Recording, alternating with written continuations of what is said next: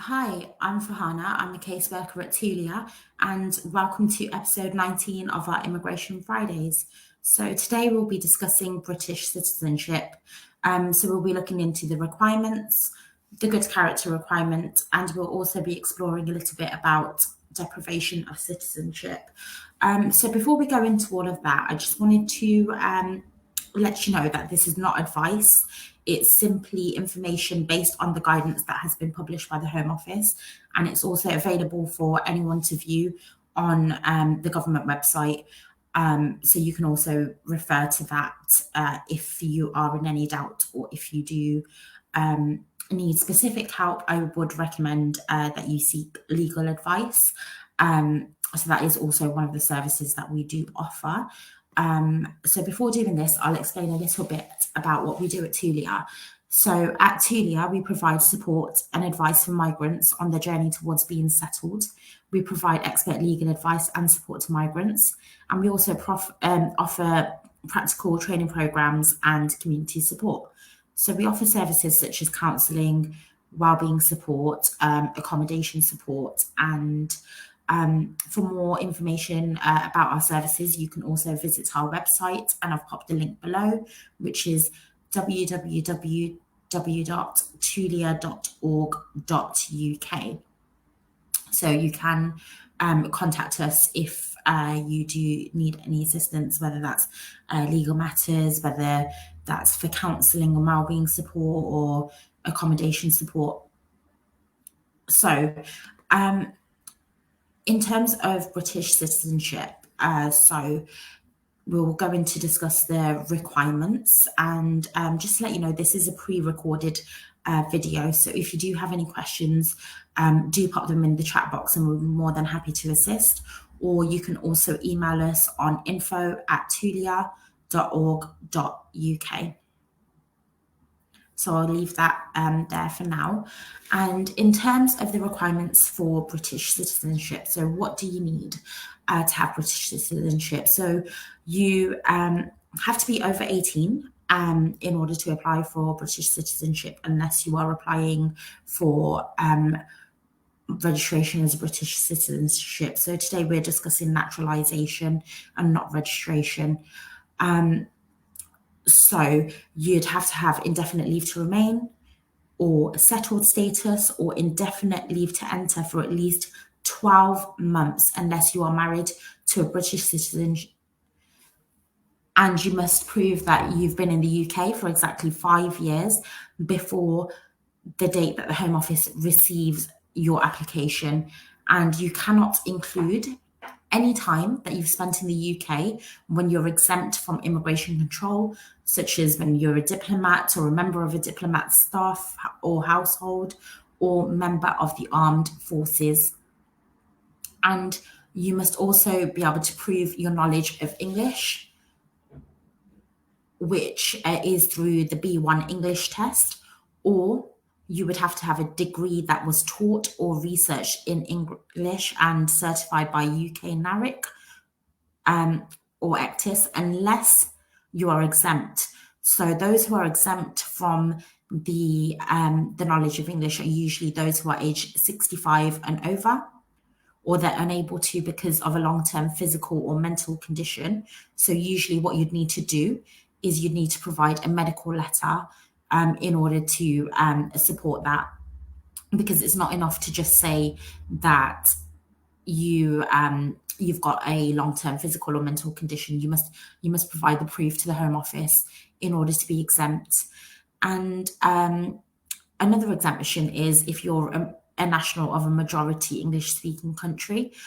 So you can look at which people are exempt through the government website, because there is a detailed list of those who are nationals of majority English-speaking countries.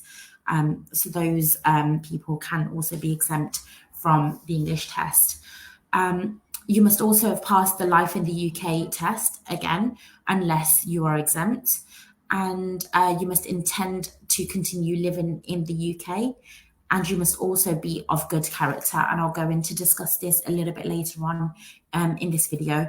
And Another requirement is that you should not have spent more than 450 days outside of the UK during the 5 years before your application, and you must not have spent more than 90 days outside of the UK in the last 12 months, and you must not have broken any immigration laws, for example, living illegally in the UK. So, um, the costs for for British citizenship are around £1,330 to apply. So you must ensure that you've got that available to you if you do want to apply. Now, in terms of the good character requirement, you must be able to meet the mandatory good character requirement. Um, so if you are thought to be of bad character, then the Home Office will refuse your application. So it's very important that you do go onto the government website and you do look into what the good character requirement is. So I will explain a little bit about what it is, and it's where you must have shown respect for the rights and freedoms for the UK. You must have observed its laws and fulfilled your duties and obligations as a resident of the UK. So basically, what that means is if you're not honest about the information you provide, or if you've provided incorrect or fraudulent information, then you will be liable to have any sort of British citizenship taken away.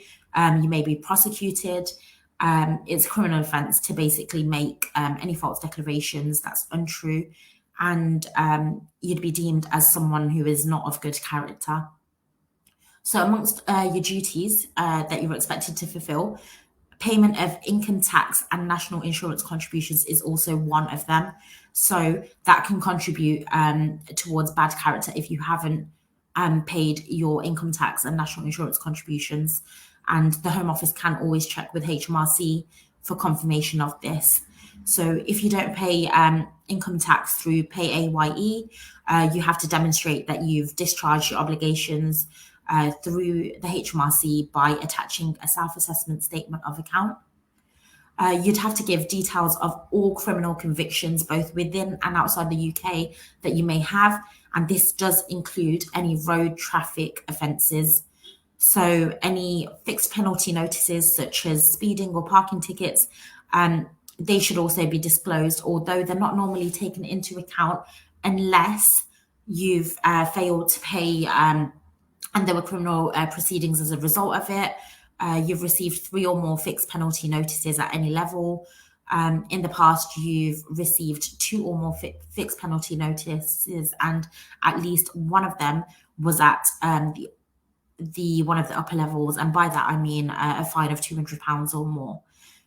So where a fixed penalty notice or a fiscal fine has been referred to a court due to non-payment, or it's been unsuccessfully challenged in court, it will be considered as a conviction and assessed in line with the new sentence that's been imposed. And drink driving offences should also be declared. Now, I'm going to go into a little bit about sentencing and the impact that it may have on your nationality. So, if you've received a sentence for 4 years or more imprisonment, then the impact that it might have on your nationality is that the application will normally be refused, regardless of when that conviction actually occurred. So if you've been sentenced between 12 months and 4 years of imprisonment, your application would normally be refused unless 15 years have passed since the end of that sentence. And if you've had up to 12 years of imprisonment, the application will normally be refused unless 10 years have passed since the end of the sentence. And a non-custodial sentence or other out-of-court disposal that's recorded on a person's criminal record, that application will normally be refused if the conviction occurred within the last 3 years. It's also important to note that a suspended prison sentence also is treated as a non-custodial sentence or other out-of-court disposal that's recorded on a person's criminal record. So if you do, or if you've had a suspended prison sentence, it's also important to weigh it up in line with the sentencing, because it can impact your nationality and it will normally be refused if it's happened within the last 3 years. So you can also be considered bad character if you've sort of engaged in serious crimes. And by serious crimes, I mean it can range from sexual offences, genocide, crimes against humanity, war crimes, and terrorist activities. It's also important that you disclose all convictions, no matter how small you may consider them, because it is important to disclose that to the Home Office, as they will carry out thorough checks. And it may be small to you, but to the Home Office, it may be something that's considered as conducive to the public good.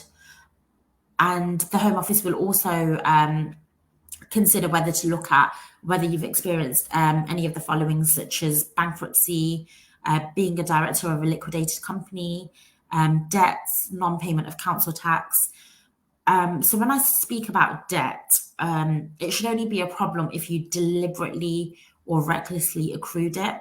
But again, it is important to seek legal advice. So I do recommend that you contact someone for legal advice, and we do have a specialist team that can assist you. So you can also contact info@tulia.org.uk if you do need any assistance. Right. So where you attempt to deceive or be dishonest about your application, or you're found to have done so on a previous application, it is very important to note that this is likely to mean a refusal. This is why when it comes to British citizenship applications, we always do recommend that you seek specialist legal advice in order to provide you with the accurate level of assistance that you need. And I will now go into discussing deprivation of British citizenship. So a person's citizenship can be deprived or removed. So that's known as deprivation of citizenship. And it's used against those who have basically obtained citizenship by fraud, and against the most dangerous people, such as terrorists, extremists, and serious organised criminals. It does always come with a right of appeal, and it can be used for two reasons. So the first reason is where it's conducive to the public good, is reserved for those who pose a threat to the UK or conduct very serious and high harm. For example, in response to activities such as those involving national security, including espionage and acts of terrorism, unacceptable behaviour such as glorification of terrorism, war crimes, serious organised crime. And the Home Office will consider each of these cases personally and individually. So each application will have its own merits, and each application will have its own downfalls, but it does depend on your specific history and as to what activities you've engaged in whilst you've been in the UK. So deprivation of British citizenship on the grounds of fraud is for those who have obtained their citizenship fraudulently, and they were never entitled to it in the first place. So it's basically where you've engaged in fraudulent activity towards your application, and you wasn't actually entitled to it. Now, I'll also go into discuss about what the Nationality and Borders Bill does say in regards to this. So this bill, it allows the Home Office to deprive someone of their citizenship without prior notification, and that applies only in exceptional circumstances. It doesn't change any existing right of appeal, and it doesn't widen any of the reasons for which a person should be deprived of citizenship. Although they do always try to tell an individual that they are to be deprived of the British citizenship, it might not always be possible in the exceptional circumstances. And by exceptional circumstances, I mean that they might not know where the actual individual is. It might be that they're in a war zone. It might be that they can't get in touch with them.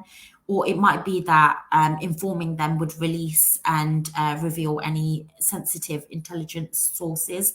And it's important, including to our national security, that we ensure that just because we can't immediately tell a person that they're to be deprived of British citizenship, it doesn't make the decision any less valid, or it doesn't prevent the actual order from being made.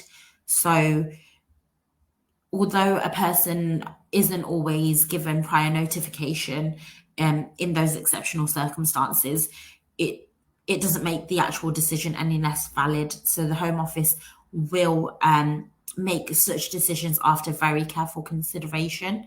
And an individual seeking to exercise their statutory right of appeal always does apply, so they can exercise their the right of appeal against a decision.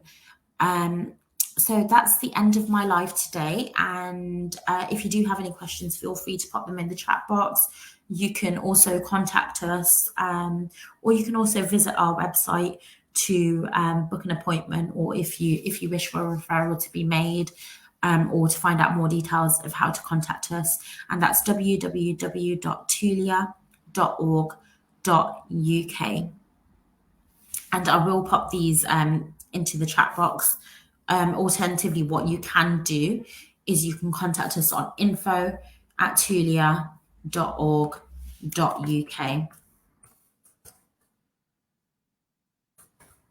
So if you do have any questions, feel free to pop them into the chat box. We'll be more than happy to help you. And I hope you found this live useful, and have a lovely weekend, everybody.